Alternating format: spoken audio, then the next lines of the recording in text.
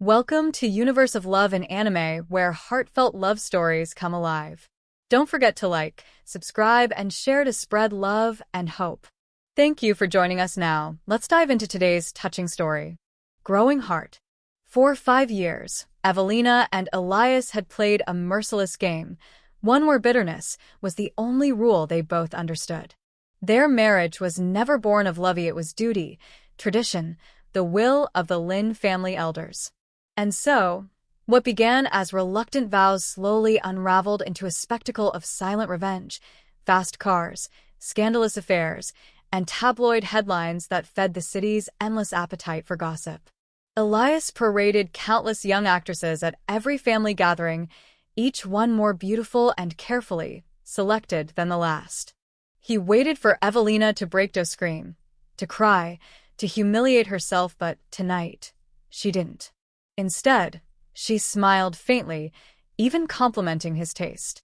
The Lin family mansion pulsed with an uneasy tension as Evelina stepped through its grand doors that evening. Elias stood at a distance, rigid, his back to her, while the air crackled with unspoken hostility. Grandpa Lin's cane struck the marble floor sharply. A family dinner. And you bring that thing here? His glare landed on Naomi, the newest ornament clinging to Elias's arm. Have you even considered Evelina? Naomi flinched, her eyes wide. Elias. Maybe I should go, she whispered softly, shrinking into his side. But Elias pulled her closer without a glance. His voice was calm, detached. Why would you leave? We'll soon be family.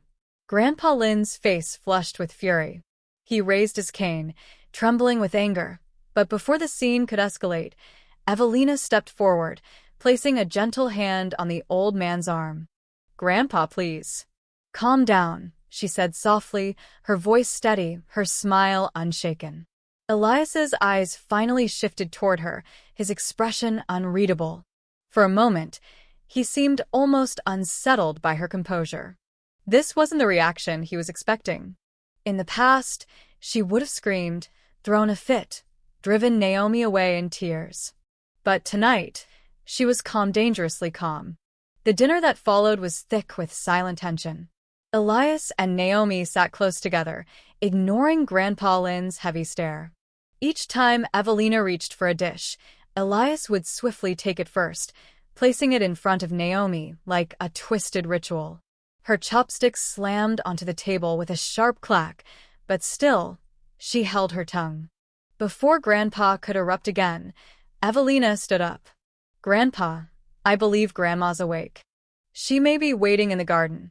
She offered smoothly and escorted him away, shielding him from further humiliation. When she returned to the table, Naomi blinked at Elias with feigned innocence. Do you think Evelina minds me being here? She asked coyly. Don't worry about her, Elias replied flatly, not sparing Naomi a glance. Evelina clenched her fists beneath the table, her voice calm but sharp as a blade. She's prettier than the last one, she said, her smile unwavering. Elias shot her a cold glance. Yes. Prettier than Evelina. Naomi giggled behind her hand, her eyes sparkling with satisfaction. But everyone says Sister Evelina is the great beauty of the city, she added sweetly, though her words dripped with venom. Johnny approached Evelina quietly, offering silent support, but Elias said nothing, merely lighting a cigarette. The smoke stung Evelina's nose, but she swallowed the rising bitterness, forcing herself to take a bite. The food turned to ash on her tongue.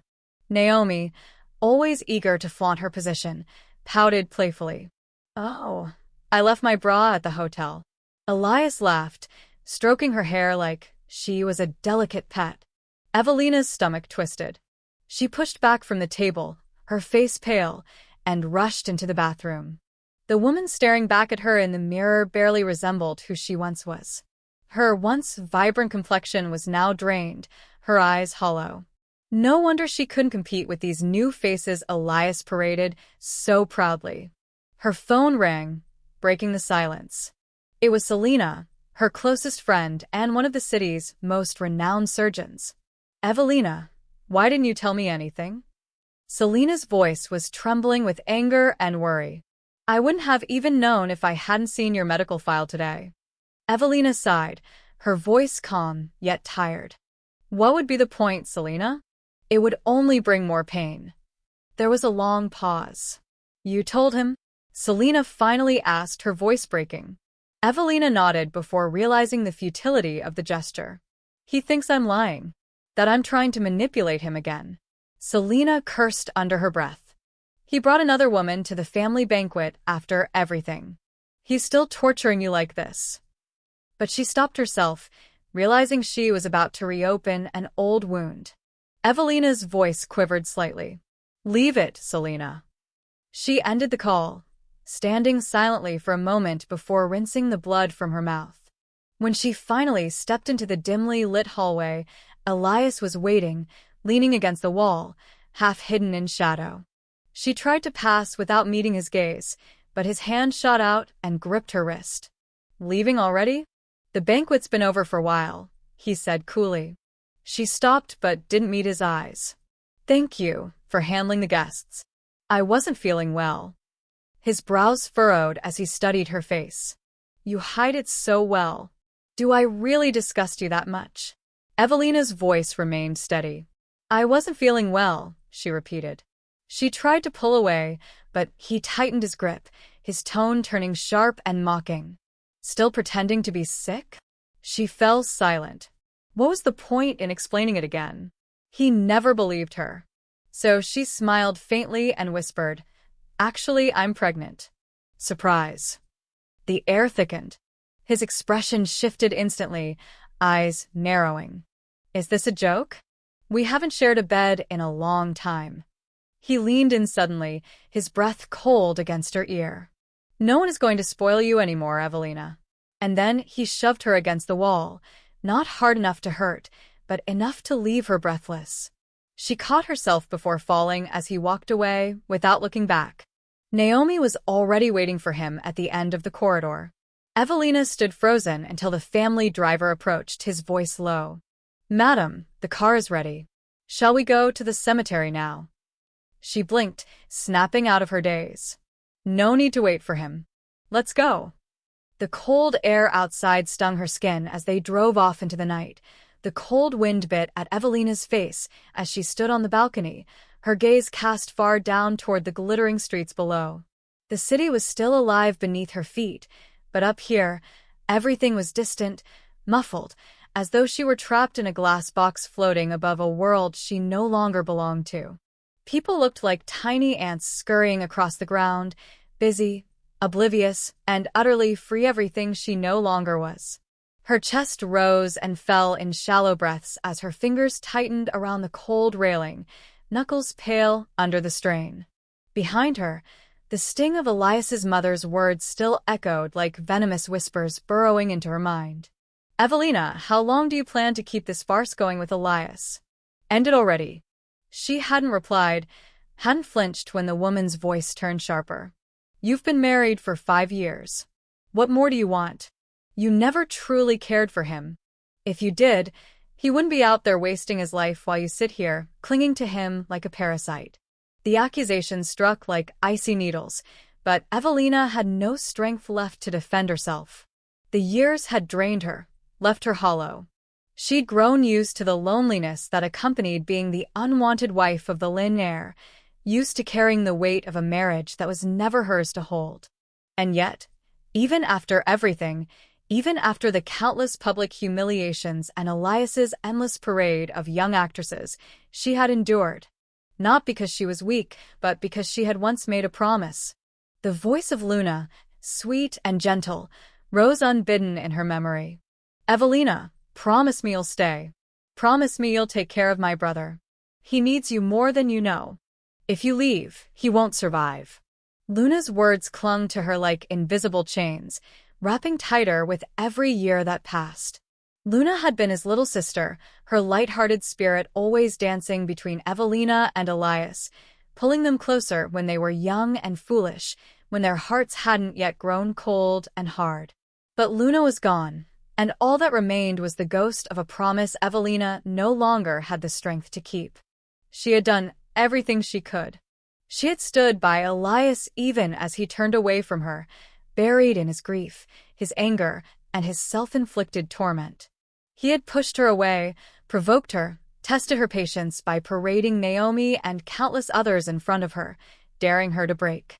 But she hadn't. She had stayed, silent, composed, swallowing the pain in private, showing the world a mask that concealed the storm within. The cruel irony was that even as her body failed her, as sickness hollowed her from within, Elias had refused to believe her. He dismissed her quiet cries for help as manipulation, as tactics to draw his attention back. Every time she tried to tell him, to show him how much she was truly suffering, he waved her off with cold indifference.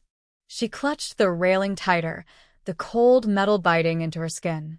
The wind howled through the gaps between buildings like distant wailing, as though the city itself mourned with her. She thought of the hospital visits, of Selena's voice cracking with frustration each time she called. "Evelina, you're losing more time with every cycle you skip. Why won't you fight? Don't you want to live?" But Evelina had grown tired of fighting battles no one else could see. She had long accepted that the love she once hoped for from Elias was never going to come. Her sickness had become her quiet companion, steady, silent, a reminder that time was slipping away whether she wanted it or not. And now, standing here on the balcony, high above the world, she finally admitted to herself what she had never dared say aloud. She was ready to let go. Her lips trembled as she whispered into the wind, her voice barely audible. "I'm sorry, Luna. I tried. I really tried. But I can't anymore." A single tear slipped down her cheek, tracing a cold path along her pale skin before disappearing into the night air. She didn't bother wiping it away. Her body swayed slightly as the wind gusted harder, as though testing her will. For a moment, a terrifying thought flickered across her mind: how easy it would be to step forward, to let gravity carry her into oblivion, to finally escape this endless pain. But she pulled back, gripping the railing tighter, forcing herself to breathe. Not tonight. She wasn't ready. Not yet. The door creaked behind her as the wind pushed it slightly open, snapping her from her trance. She turned her head slowly, her hollow eyes reflecting the dim lights from the room behind her. The cold emptiness inside her was far more terrifying than the endless drop outside. Her world was no longer one of love or hope, it was a prison of duty, grief, and unspoken regrets. Evelina straightened her back, releasing her grip from the railing. She wiped her tear-streaked face with a trembling hand, drew a shaky breath, and walked slowly back inside, where silence awaited her like an old friend. Luna had always been the sunshine of the Lin family, the cherished little sister whom everyone adored. She was 6 years younger than Evelina, but ever since Evelina's parents passed away and she moved into the Lin household, Luna had clung to her like a shadow. Sweet, pure, and radiating a natural charm, Luna filled the mansion with her light. Elias, back then, was not yet the cold and distant man he would become. He argued with Evelina constantly, almost as if it was the only way he knew to draw closer to her. Luna would often play mediator, teasing him relentlessly while siding with Evelina in their playful quarrels. "Brother, if it weren't for the family arrangement, with how stiff you are, you'd never win Evelina's heart," she'd giggle, causing Elias to blush furiously. "Who said I liked her?" he would protest, face red like a tomato, his voice rising with a mixture of embarrassment and annoyance. "Luna, shut up," he'd mutter, but even in his frustration, there was always a softness in his tone. They were just kids then, 2 18-year-olds blushing under Luna's mischievous gaze. But those happy memories came to an abrupt, tragic halt during one fateful trip. It was meant to be a night of celebration, a group of young people, laughter, drinks, and fireworks by the river. Evelina, suffering from painful menstrual cramps, stayed behind to rest while the others partied. Luna, always so considerate, slipped into Evelina's room and lay beside her, chatting nonstop about the fun happening outside. Evelina's medicine eventually pulled her into a deep sleep, But it wasn't long before the sharp scent of smoke yanked her back to consciousness. The room was engulfed in thick, suffocating fumes. The fire had spread fast, cutting off every exit. She shook Luna awake, panic flooding her voice. They struggled to escape, but each path was blocked, the heat intensifying with every breath. Luna, fragile from birth, was already weakening. In the midst of the choking smoke, Evelina heard Elias's desperate voice shouting from somewhere beyond the inferno. Mustering what strength she had, Evelina called out to him, dragging Luna as close to the door as possible, shielding her with her own body. "Moon, wake up, your brother's here," she whispered desperately. But fate wasn't kind. As they reached the doorway, a burning beam collapsed, forcing Evelina to dive to protect Luna. Sensing the danger, Luna shoved her aside, sacrificing herself. Trapped behind the fallen beam, Luna's wide, tear-filled eyes locked onto Evelina. "Don't you dare come in," she ordered, her voice trembling but firm. Every time Evelina tried to crawl toward her, Luna scooted further into the flames, forcing Evelina to stay back. "Evelina, you have to live," she pleaded, her tiny frame shaking but her lips pressed into a determined line. "My brother's weaker than he seems. If you're gone, he won't make it. He'll praise me for saving you." Tears poured down her soot-streaked face. "Sister-in-law, what a pity I won't get to see you marry my brother." As the fire devoured everything around her, Luna used her last ounce of strength to push herself further away, ensuring Evelina couldn't risk her own life. "Tell Mom, Dad, and Grandpa not to cry for me," she whispered as the flames swallowed her whole. The sight broke Evelina's soul. She gasped for breath, suffocating in grief and smoke before everything went black. When Evelina regained consciousness, Elias stood by the window, his body smeared with ash, one hand burned from pulling her out of the blaze. His bloodshot eyes were hollow, his face twisted in unspeakable pain. "Why didn't you protect her?" His voice cracked, filled with grief that choked him. Tears streamed down Evelina's face as she struggled to speak, wanting to tell him how hard she had tried, how helpless she had been. But she was the one who survived, and that made her feel unworthy of any defense. "I'm sorry," she whispered weakly. Elias said nothing for a long time, his emotions swirling behind his tortured gaze. In the end, he whispered, "You're right. It wasn't your fault." And then, silently, he left the room. Afterward, it was Selena and the Lin family's maids who nursed Evelina back to health. Not long after, she and Elias were married. But on their wedding night, he didn't enter the bedroom. Instead, he stood alone on the balcony, chain-smoking through the entire night while Evelina lay awake, staring at the ceiling, her heart heavy. From that night forward, Elias changed. He buried his grief beneath layers of reckless behavior, racing expensive cars, scandalous affairs, and headlines that embarrassed the Lin family time and again. Evelina, left behind in this cold marriage, often whispered in her heart, "Luna, can you see? In the end, your brother did blame me." Time marched forward relentlessly. On one quiet afternoon, Evelina returned to the old Lin mansion to visit Elias's grandmother, who sat peacefully in the sunlit back garden.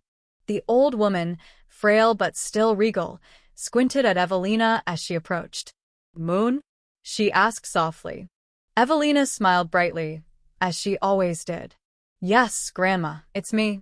Since Luna's death, the grandmother's mind often confused Evelina with her beloved granddaughter.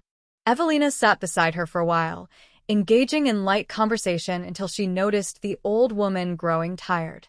As she called for the maid to help her inside, Grandma suddenly gripped her hand with surprising strength. "Evelina, you and Elias, when are you going to give us a baby?" she asked with startling clarity, her voice tender. "Your grandfather and I wish to see a great-grandchild soon." Evelina froze, words caught in her throat. Before she could respond, Elias's voice broke in, casual and light. "Grandma, don't worry. Evelina and I will work on that tonight. We'll give you your great-grandchild soon." His hand rested on Evelina's shoulder, warm but heavy, making her stiffen under his touch. She could feel her cheeks flush, unsure whether from embarrassment or discomfort. Since when had he returned from abroad? Grandma burst into joyous laughter, her eyes lighting up.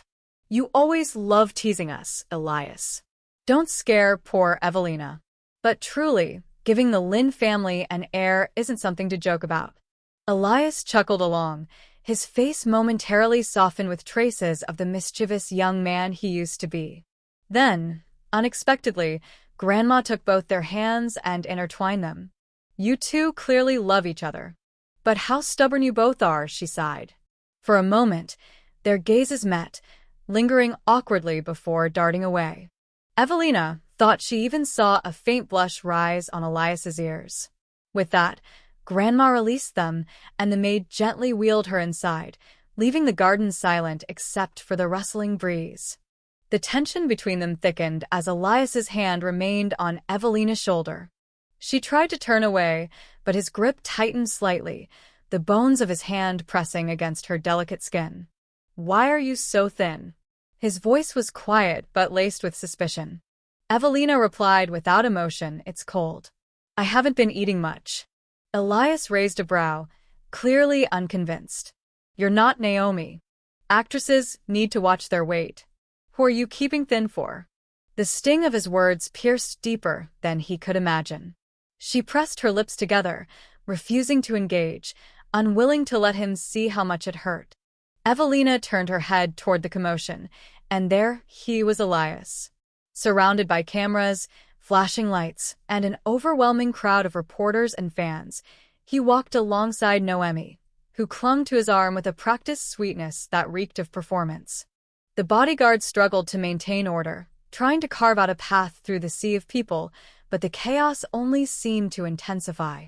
Elias kept his head slightly bowed, his attention absorbed by his phone as though the swirling madness around him had nothing to do with him. His face was tight, his movements stiff. Frustration and anxiety emanated from his rigid posture, like waves crashing against stone.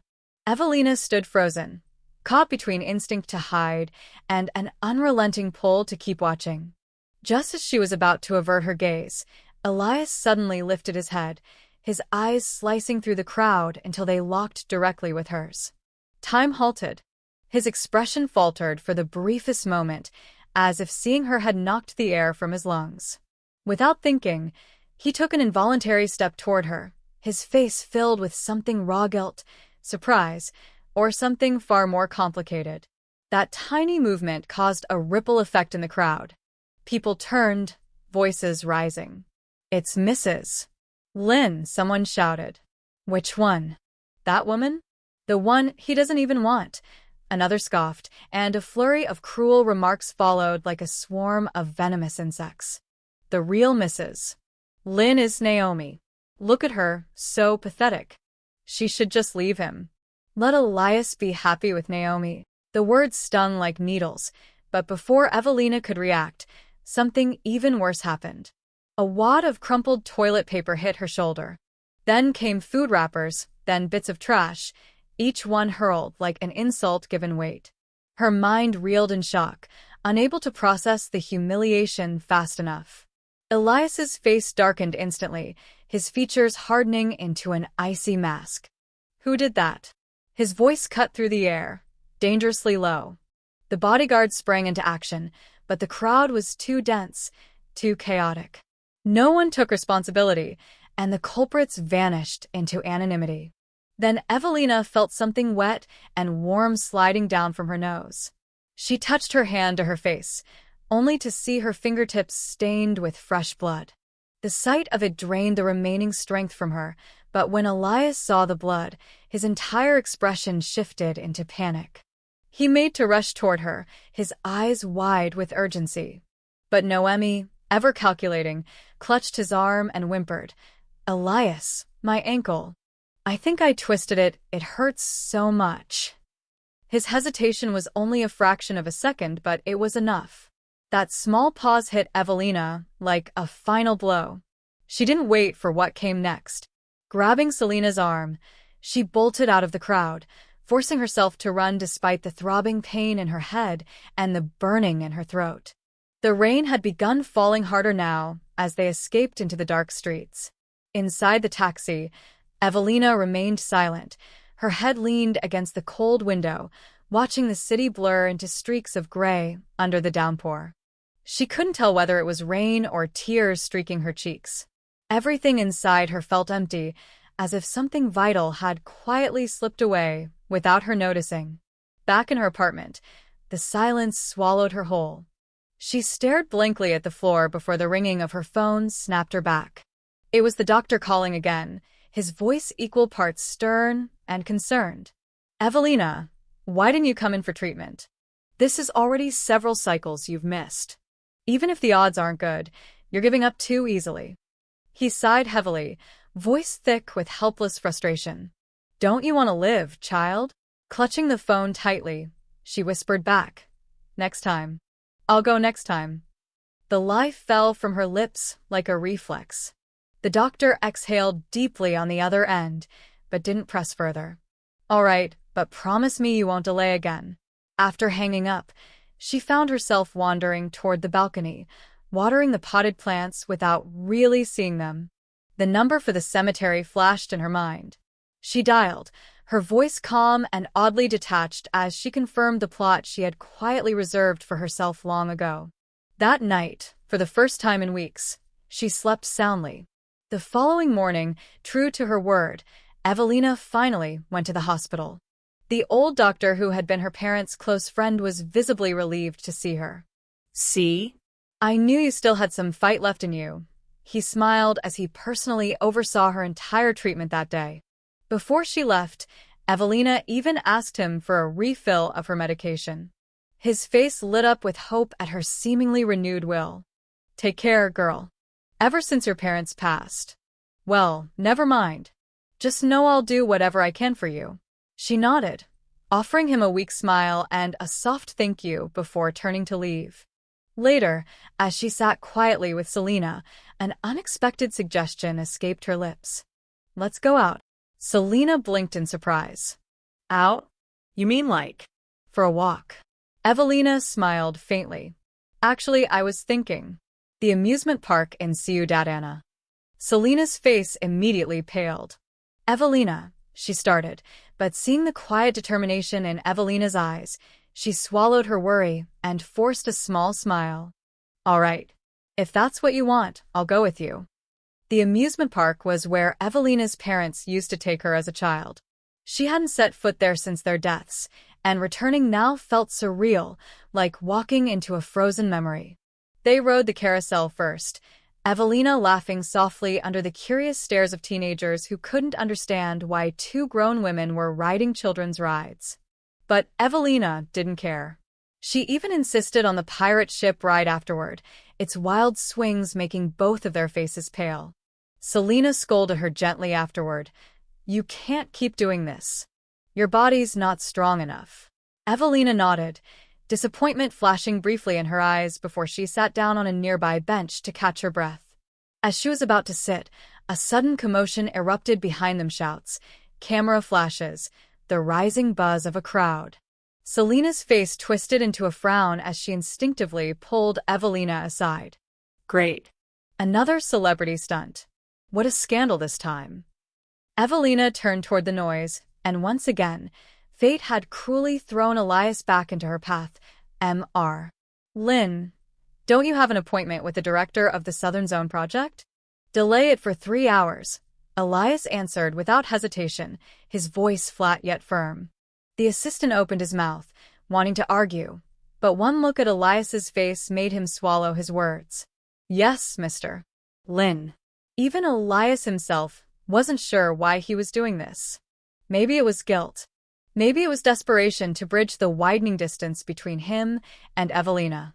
Or maybe it was simply an excuse to bring back a little light to her tired eyes. He spent the next hour wandering through the temple, choosing a delicate charm for protection, the one she once mentioned long ago when they were still learning how to love each other. As he rubbed his thumb across its smooth surface, a surge of regret coiled tight in his chest. When he returned to the private lounge, Naomi was already waiting. Her eyes sparkled as she stepped closer, her voice soft and pleading. Elias, why haven't you returned my calls? I came all the way here for you. He took a deep breath, his patience thinning. Naomi, enough.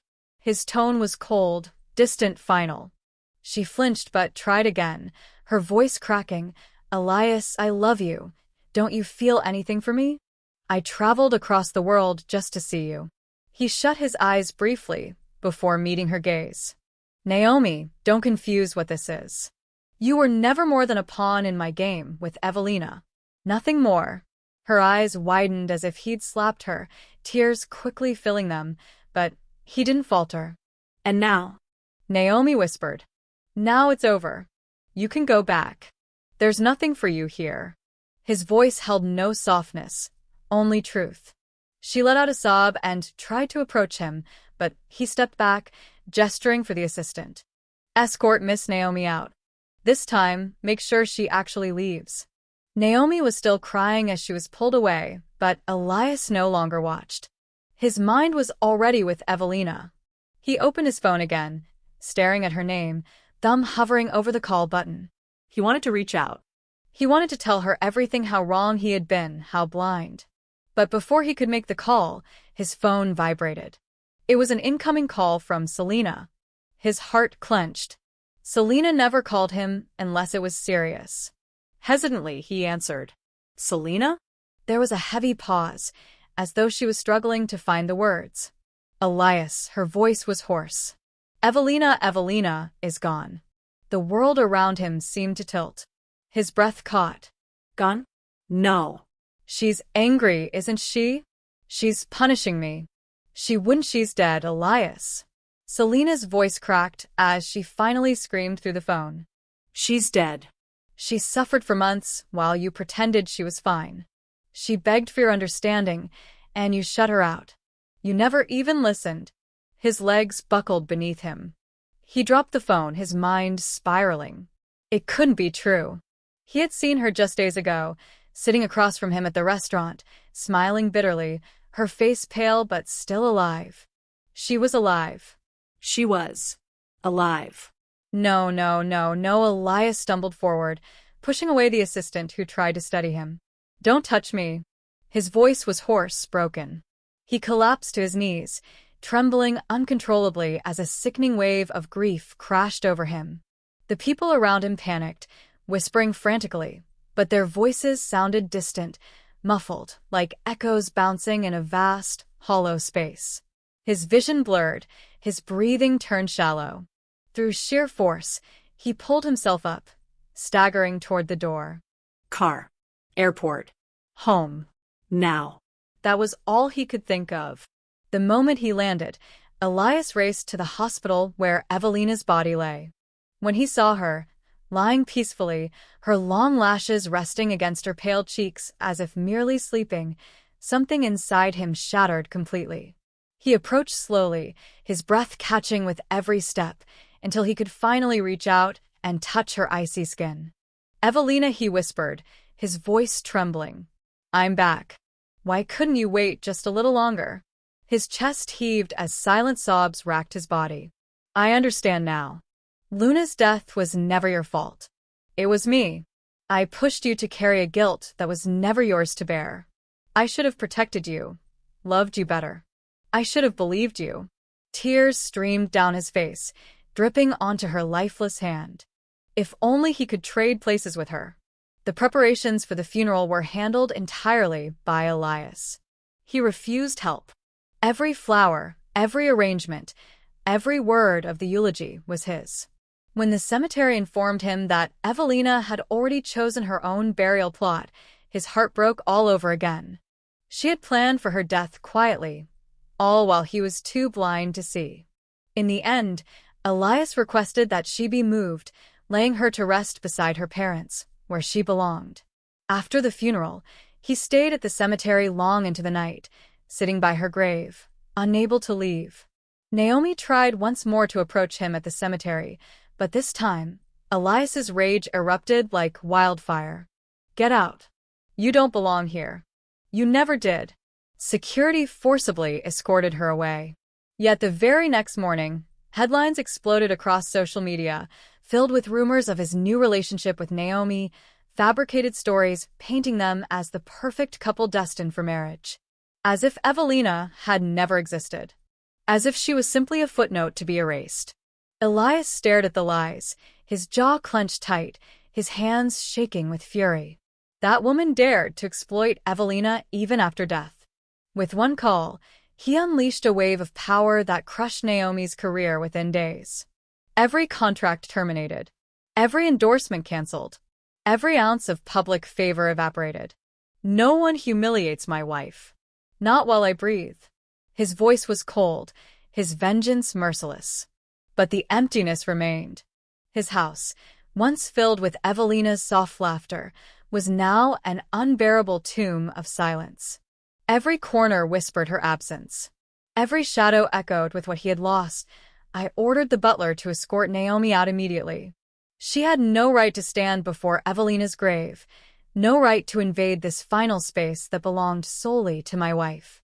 Naomi's crocodile tears, her fabricated grief, were nothing but salt on my already festering wounds.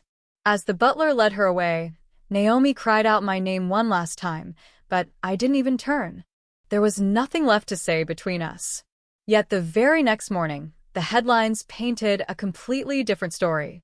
Lin family heir moves on after wife's tragic death, Naomi confirmed as his new love. The words stabbed into me like sharpened daggers. I stared at the flashing screen, my temples pulsing with rage. Every article spun the same false narrative, erasing Evelina's existence, reducing her to nothing but a shadow blocking Naomi's path to me. The media praised Naomi, celebrating her as my salvation from a loveless marriage, from a cold, dying wife. The comment section was even worse, strangers gleefully suggesting I had finally freed myself, congratulating me for finding true love, dismissing Evelina like she had never mattered, like she hadn't fought for every breath while I stood blind beside her. My hands clenched into trembling fists as memories of that day in the amusement park flooded my mind. Evelina had stood there, pale but smiling, riding the carousel she had once adored as a child. I saw her from across the park. I saw her. I could have crossed the distance between us. I should have crossed it. But I hesitated. Cowardice, pride, guilt, all of it chained my feet to the ground. I feared she'd think I was following her, that I was only there to humiliate her again. So I pretended not to notice her, and that moment became the last time I ever saw her alive, truly alive. My chest tightened, the pain unbearable, the self-loathing suffocating. No more hesitation. No more delays. I picked up the phone, my voice ice-cold as I made one call that unraveled Naomi's entire existence. Every endorsement, every contract, every role she had clawed her way toward through manipulation and deceit was stripped from her overnight. In one single move, I reduced her to nothing because no one humiliates my wife. No one distorts Evelina's memory. Not while I live. Yet, even with Naomi destroyed, the emptiness within me remained a hollow void that nothing could fill. The mansion that once echoed with Evelina's soft voice, her laughter, the quiet shuffle of her feet as she watered her plants, now stood in unbearable silence. Each room haunted me, every corner whispering her name. Night after night, I sat in the balcony chair where she used to stand, staring at the small shrine I had built, a delicate collection of her hand-drawn sketches, the tiny crafts she used to make, the photos of our early days. I ran my thumb across the amulet I had bought for her at the temple, the one I foolishly believed I still had time to give her. "Evelina," I whispered into the quiet, my voice breaking. "I brought it for you. You said you wanted this for protection." I'm sorry. I was late. The moonlight spilled over everything, illuminating the cold hollowness of my world. I remembered so clearly the countless times she had begged for my attention, my trust, my understanding. And I, blinded by my arrogance, thought she was simply seeking pity, trying to manipulate me with false illnesses. How many times did she cry quietly in bed while I stormed out, thinking she was being dramatic? How many nights did she writhe in pain as her body grew weaker, while I was busy parading Naomi in front of her to force her jealousy? Every wound I inflicted, every cruel word, every glance of indifference, I saw them now as weapons I had wielded to destroy her slowly. And yet, she never fought back. She never cursed me. She simply loved me until her last breath. I buried my face into my hands as my shoulders shook. If only I had believed her. If only I had trusted her. If only I had been the man she deserved. Now, the only thing I could do was bear the crushing weight of my guilt. My punishment was living on, remembering every detail of her suffering that I failed to see. The world may have forgotten Evelina, but I would not let her story be rewritten. She was my wife, and she would remain my wife, in my heart, in my soul, forever. Even if I had to carry this pain alone for the rest of my days, it was the very least I owed her. The Lynn mansion stood still beneath the pale silver moonlight, its ancient pillars casting long shadows across the empty courtyard. What once had been a house filled with laughter, celebration, and youthful arguments was now a quiet mausoleum of fading memories. The portraits of family members gazed down from the grand walls, their painted eyes seeming to mourn the tragedy that had unfolded under their roof. In one of the inner chambers, untouched and frozen in time, Elias's private sanctuary remained intact. His tribute to Evelina sat quietly beneath layers of soft candlelight, the handcrafted ornaments she once made with delicate fingers, the sketchbooks filled with her drawings, and the red silk amulet he had brought back from the temple she had long wished to visit. Everything whispered of her presence. The servants dusted carefully around the shrine but never dared to move anything. To them, disturbing this sacred place felt as though they would be tearing apart the only remaining thread connecting the two souls who had endured so much pain. Outside, Grandma sat in her wheelchair, her fragile hands resting gently on her lap. Her mind, fogged with age, still clung to the comforting illusion that both Elias and Evelina were alive somewhere, simply away on one of their trips. She smiled softly at the wind, murmuring to herself, "They must be together, now they always belonged together." None of the family elders had the heart to correct her. They let her believe the story her mind had created, perhaps because, in some strange way, it was more beautiful than the truth. Across the region, the rumors never ceased. Along distant coastal villages, fishermen whispered stories by lantern light. Some spoke of seeing a young man, his dark hair tousled by the sea breeze, walking barefoot along the shore. His eyes, though handsome, carried a distant emptiness, as though he were searching for someone he could no longer find in this world. Others claimed that on foggy nights, a woman's gentle laughter could be heard blending with the ocean waves, followed by the faint outline of two figures standing atop the cliff, their silhouettes intertwined, gazing into the horizon as though guarding the ocean together. Some said it was only the wind playing tricks. Others believed their love had defied the cruelty of fate and reunited beyond the reach of pain and regret. Naomi, once the glittering star who fueled the tabloids, vanished into obscurity. Without the protection of the Lynn family, her fame crumbled into nothing but scandal-ridden footnotes. The world that had once adored her turned its back, and soon, even the most devoted paparazzi forgot her name. She had gambled everything for power, but in the end, she was left with nothing but regret. As the seasons passed, the sea carried the memories of Evelina and Elias with every tide. The cliff where they used to stand together became a quiet pilgrimage for locals who believed that love, when true, was never truly lost. On rare nights when the moon was full and the wind was calm, some claimed to see Evelina's long dress billowing gently, her hand resting in Elias's, his once cold eyes now filled only with tenderness as they gazed into the infinite horizon. In the end, the ocean held their secretive story of love that began with pain, survived betrayal, and transcended death itself. In that vast, endless sea, where time dissolved like grains of sand, Two souls once torn apart finally found their forever. Not even the waves dared to break their peace. And so, under the moonlit sky, the legend of Elias and Evelina lived on it as a tale of tragedy, but as an eternal promise that even in the face of sorrow, love will always find its way home. And that brings us to the end of this emotional and unforgettable love story of Elias and Evelina, tale of pain, sacrifice, regret, and a love that ultimately transcended even death itself. If their story touched your heart as much as it touched ours, don't forget to show your support by giving this video a like.